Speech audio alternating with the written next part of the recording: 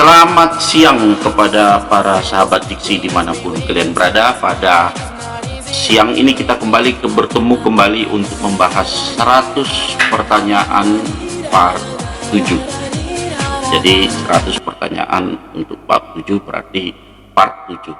Berarti kita mulai dengan pertanyaan nomor 71. Di pertanyaan 71 kadang-kadang interviewer bertanya, apa pendapat Anda tentang menjadi seorang entrepreneur? Nah, kadang-kadang interviewer bertanya, apa pendapat kamu tentang entrepreneur? Jadi para sahabat diksi dimanapun kalian berada, jika kalian ditanya pertanyaan ini, hati-hati menjawabnya, karena dari jawaban ini nanti kalian bisa terjebak. Apakah kalian itu termasuk orang yang loyal pada perusahaan atau yang hanya sementara saja? Karena seperti yang kita ketahui bahwa perusahaan itu ingin selalu mencari yang setia kepada perusahaan. Karena seperti kalian juga tahu bahwa menjadi seorang entrepreneur itu merupakan impian hampir semua orang.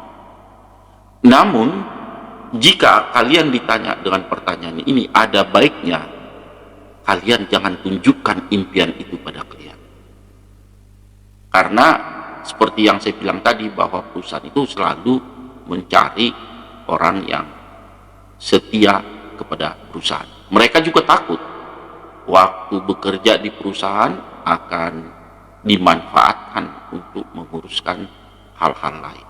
Oleh karena itu, saran saya barangkali yang paling cocok untuk menjadi jawaban kalian adalah katakanlah, baik Bapak, untuk sementara ini saya belum berpikir tentang entrepreneur.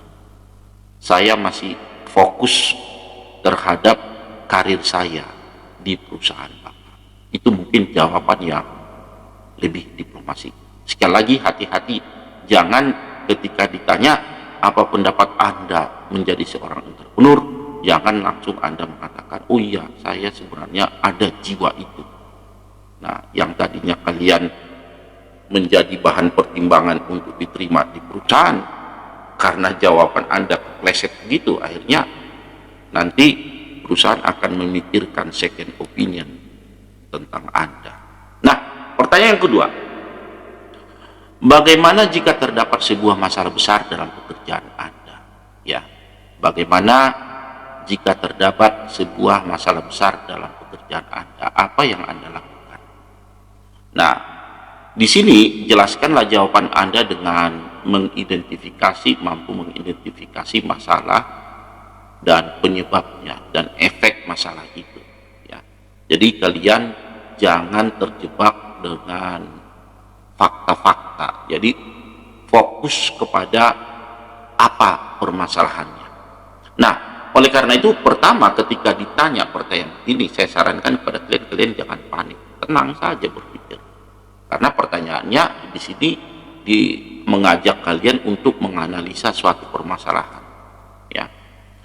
Jadi mungkin contoh jawaban yang tepat di sini, ya, katakanlah kepada wawancara, saya akan tetap berusaha untuk tenang menghadapi permasalahan, dan saya akan melakukan penyelidikan secara seksama, secara detail tentang masalah itu dan apa dampak masalah itu. Jika masalah itu memang sangat signifikan dan mengganggu kinerja organisasi, saya akan fokuskan menyelesaikan permasalahan itu. Mungkin Anda bisa mengatakan begitu. Setelah itu saya akan mencari cara penyelesaian yang lain, ya. Nah, kalau sudah difokuskan dengan masalah itu, setelah masalah yang terselesaikan, baru kita memikirkan hal-hal yang lain lagi. Pertanyaan yang ke-73 barangkali yang sering ditanya oleh HRD kepada kalian adalah, apakah Anda akan menikah dan mempunyai anak dalam waktu dekat?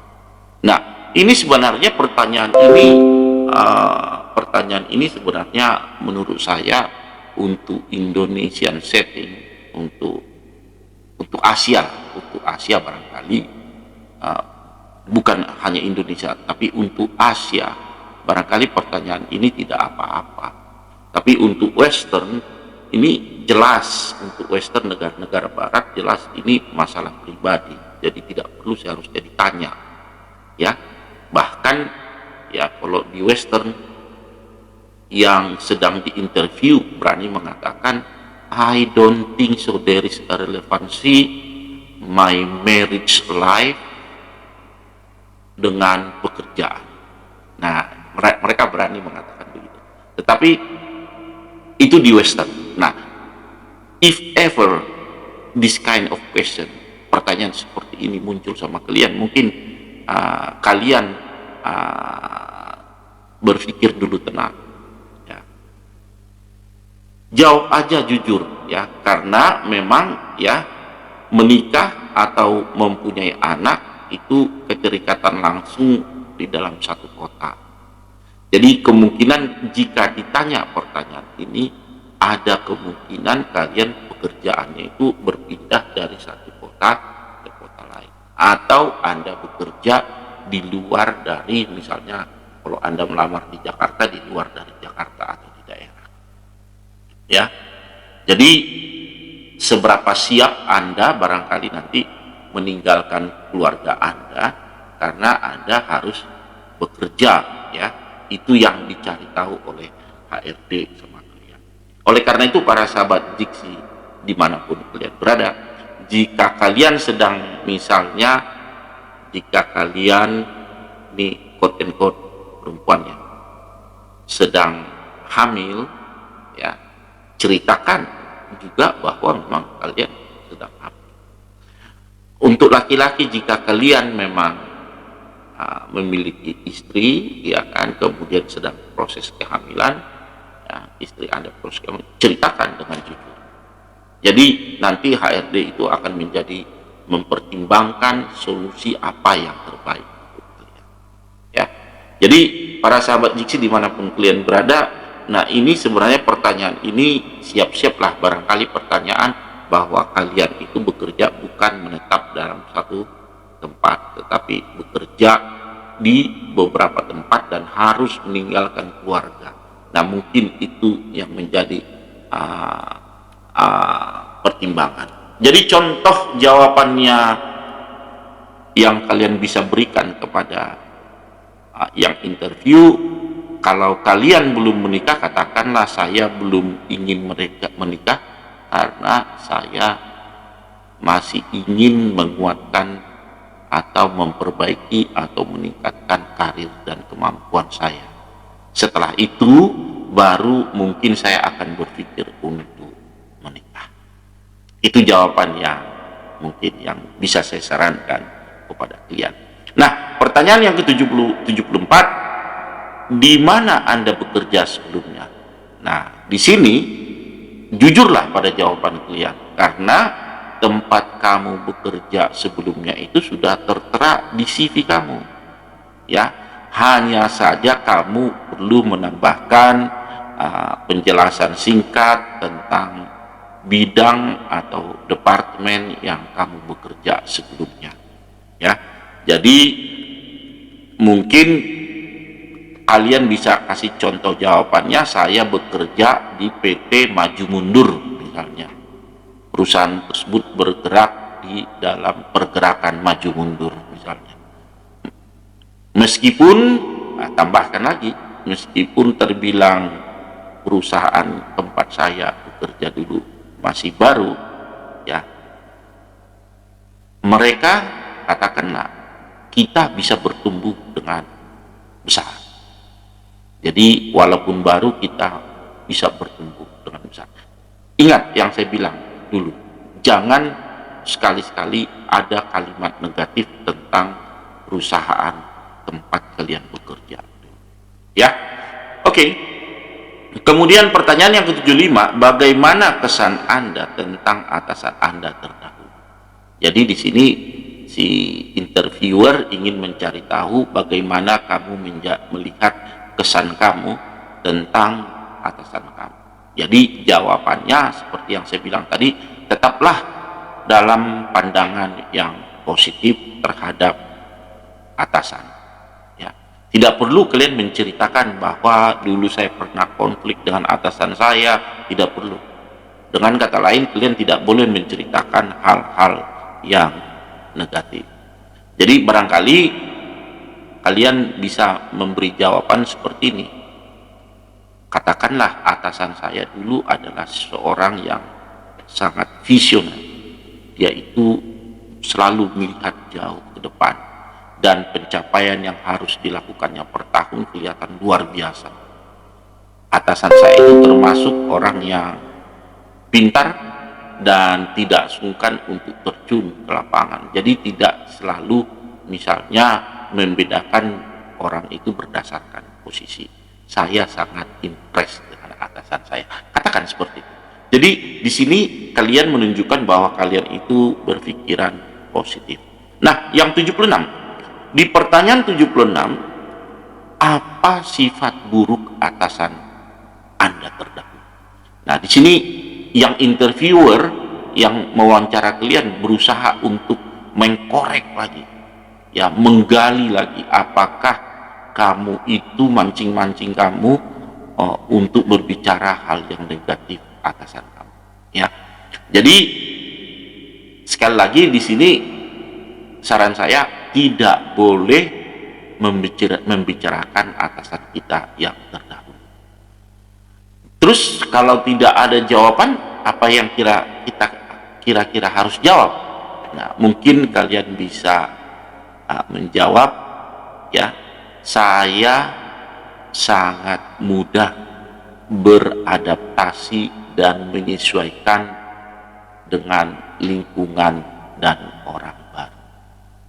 Ya, nah ini menarik. Jadi ditanya tadi adalah apa keburukan atasan kamu, kamu jawab, saya adalah orang yang sangat mudah beradaptasi, ya, dengan lingkungan saya yang baru. Ya, saya paham bahwa, tambahkan ya, saya paham bahwa sifat orang itu selalu berbeda satu sama lain, dan saya berusaha menerima perbedaan itu. Artinya kamu tidak fokus kepada hal yang negatif, tetapi kamu lebih fokus kepada hal yang positif, ya. Alright. Now, sekarang pertanyaan yang ke-77.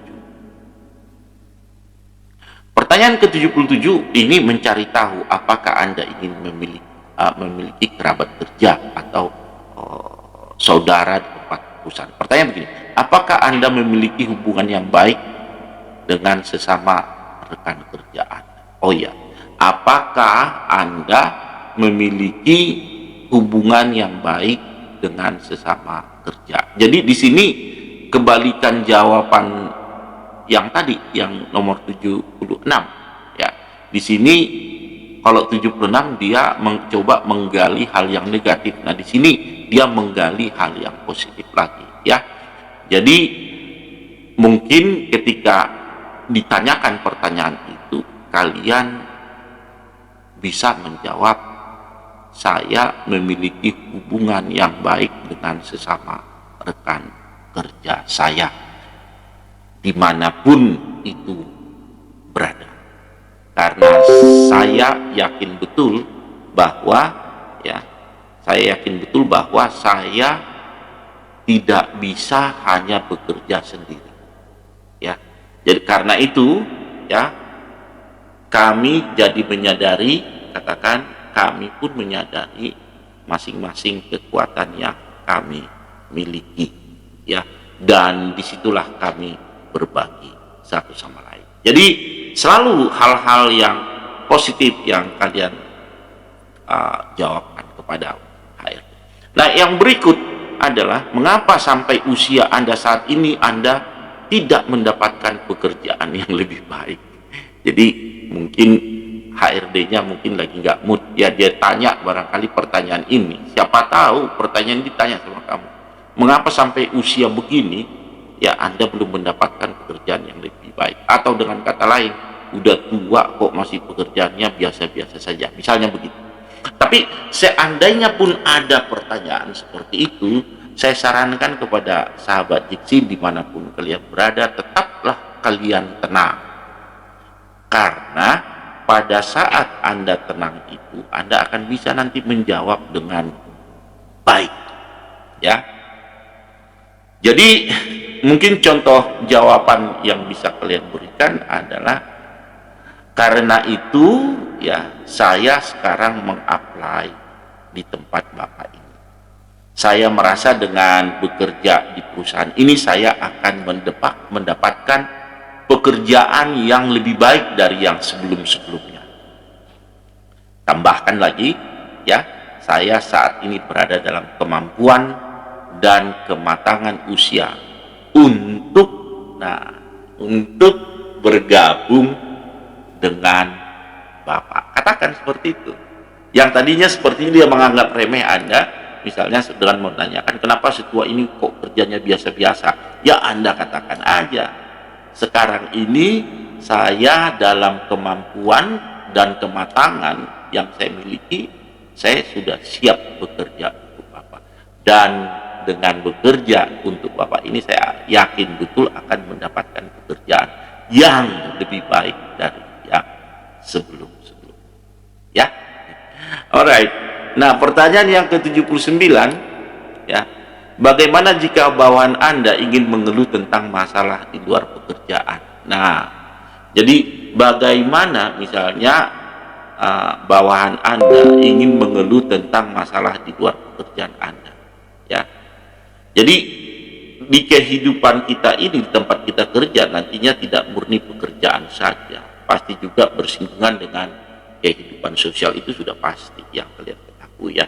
Contohnya, ya, ketika rekan kerja sakit atau melahirkan, kita pasti ikut menunjukkan rasa simpati dan lain-lain. Nah, jadi kalau misalnya itu sudah lumrah. Nah, kalau misalnya ada bawahan kita yang berkeluh kesah di luar dari pekerjaan, mungkin saran saya jawaban, ya, saya akan mendengarkan masalah mereka, karena sebenarnya membutuhkan tempat untuk membagi cerita tentang apa yang dimiliki. Jadi katakan, ya, saya akan luangkan waktu saya untuk mendengarkan apa permasalahan mereka, dan jika tidak terlalu ikut campur, saya akan berusaha memberikan saran untuk keluar dari permasalahan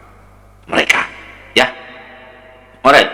Pertanyaan yang ke-80, apa yang Anda lakukan jika bawaan Anda selalu melakukan kesalahan? Jadi apa yang kalian lakukan, ya, ketika kamu selalu melakukan kesalahan? Nah, para sahabat diksi dimanapun kalian berada, ya, dari pertanyaan ini sebenarnya kalian harus bisa mencermati. Wawancara itu ingin mengetahui apakah kalian memiliki kebijaksanaan sekaligus, ya, berjiwa pemimpin. Ya, oleh karena itu saran saya untuk jawaban ini adalah, saya tidak akan langsung menyalahkan atau memarahi, karena masalah tidak akan selesai jika saya marah-marah. Saya akan selalu membantu kesalahan tersebut, dan jika ternyata kesalahan tersebut merembet kemana-mana, maka saya selaku atasan akan meminta maaf ke semua pihak yang dirugikan.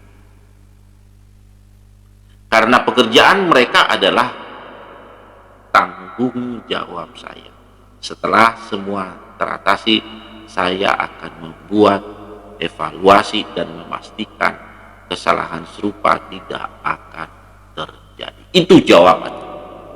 Jadi dengan jawab yang seperti kita katakan tadi, itu menunjukkan kalian itu memiliki jiwa kepemimpinan. Ya, oleh karena itu para sahabat Jiksi dimanapun kalian berada, ya, part 7 kita sudah selesaikan. Silahkan teman-teman membagikan di channel YouTube kita kepada teman-teman kita yang sedang mencari pekerjaan sehingga mereka bisa terbantu. Jangan lupa di subscribe ya channel YouTube kita Jiksi Official. Sampai ketemu